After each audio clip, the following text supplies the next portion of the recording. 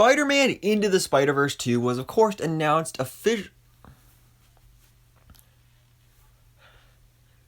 Spider-Man Into the Spider-Verse 2 was officially announced a couple months ago with the official title of Spider-Man Across the Spider-Verse. And of course, we got our first look footage. It was kind of a teaser trailer for the film, but a couple days ago, we got a delay, and the film that was supposed to come out this October has now been delayed to June 2nd of 2023, over a year from now, which of course is really disappointing, but you know, I guess it gives the animators more time to perfect the film and give us the best version of this movie possible. Now, yesterday, Sony had a panel at Cinemacon where they went over a lot of their upcoming projects. They announced an El Muerto movie, which I did a separate video on. It's kind of weird, but definitely make sure to check it out. But they also talked about Spider-Man Across the Spider-Verse as well, also along with the sequel, Spider-Man Across the Spider-Verse Part 2, which now has its official title.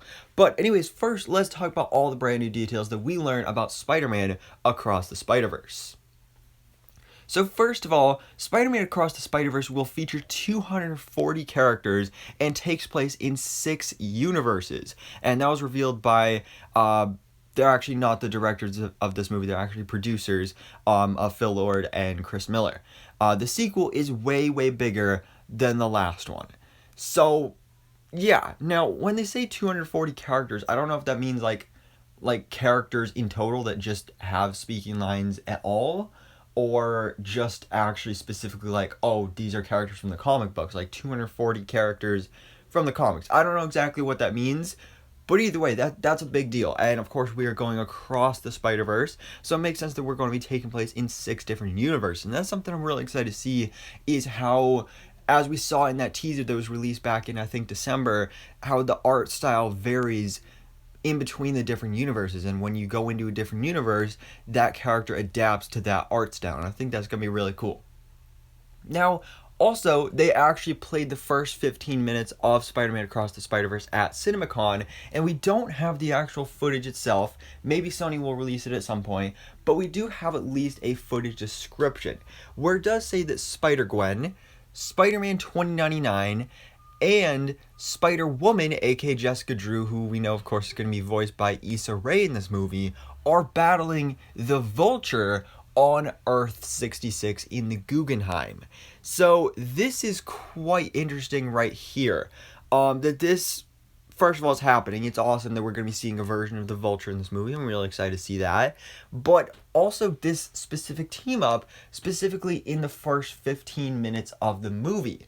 So it's kind of weird because from what we saw in that teaser, Miles, of course, is still our star of the franchise, but he is meeting Miguel O'Hara, aka Spider-Man 2099, for the first time in Spider-Man India's universe. So the fact that Spider-Gwen, Spider-Man 2099, and Spider-Woman are already teamed up in the first 15 minutes is really interesting. That could actually be like the opening of the film. I always love when superhero movies open up with the superheroes fighting some other smaller villain. So I think that works perfectly here, having the Vulture for that.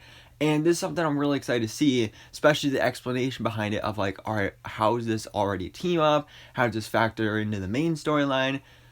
I'm really excited to see.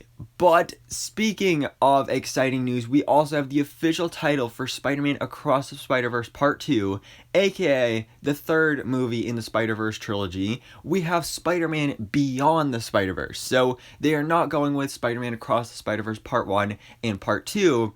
They're taking the route of what they did with Avengers Infinity War, where that was originally Infinity War Part 1 and Part 2, but then it was changed to Infinity War and Endgame. So now we have Across the Spider-Verse and Beyond the Spider-Verse. Now, of course, like I said, with Across the Spider-Verse, we're going across the Spider-Verse and traveling through all these different Spider-Verses.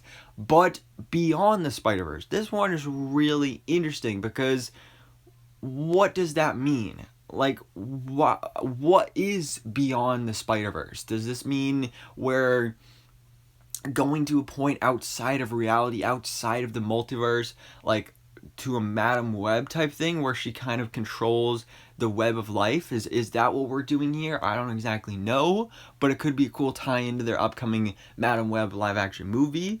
So this is quite interesting, and I may just be reading into the title a little bit too much, but it's definitely a cool title, and I'm definitely excited to find out more about this. But for now, guys, those are all the updates on Spider-Man Across the Spider-Verse and Spider-Man Beyond the Spider-Verse from Cinemacon last night. Now, we have some other updates from Cinemacon as well. Again, you can check out that video on the El Muerto movie and some other stuff that we've got coming up as well. But for now, guys, let me know your thoughts on this in the comments below. And thanks so much for watching. Please drop a like if you enjoyed this video and hit the subscribe button so I can keep you up to date on everything goes on in the Marvel life.